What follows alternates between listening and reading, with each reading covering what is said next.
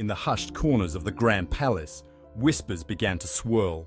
Courtiers who once praised the minister now eyed him with suspicion, their envy growing with each solution he offered.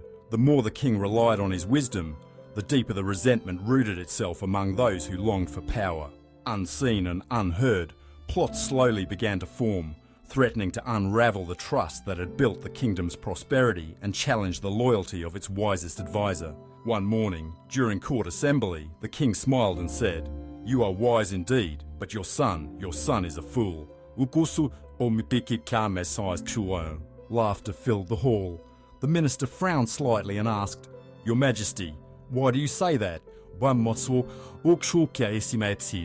The king replied, "Every morning, when I visit the marketplace, your son is there. I ask him, which is more valuable, gold or silver?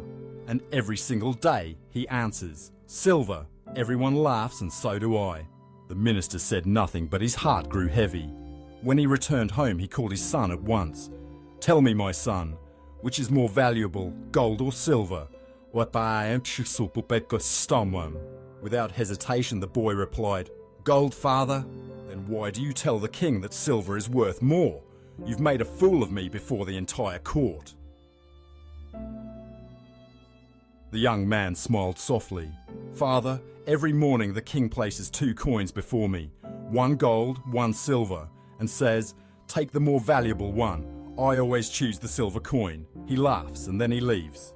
Then the boy opened a small wooden chest in the corner of his room. Inside, it was overflowing with silver coins, gleaming in the light.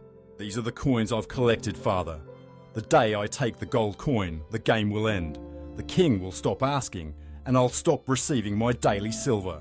Why trade one moment of gold for a lifetime of silver and a king's amusement?"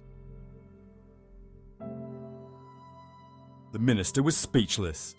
In his son's eyes, he no longer saw foolishness, but a quiet, thoughtful wisdom. From that day on, whenever someone mocked his son, the minister simply smiled and walked away. Sometimes, those who seem foolish are the wisest of all. The world is quick to judge, but only a few understand the deeper game of life. If you know your path is right, don't let laughter or judgment shake your spirit.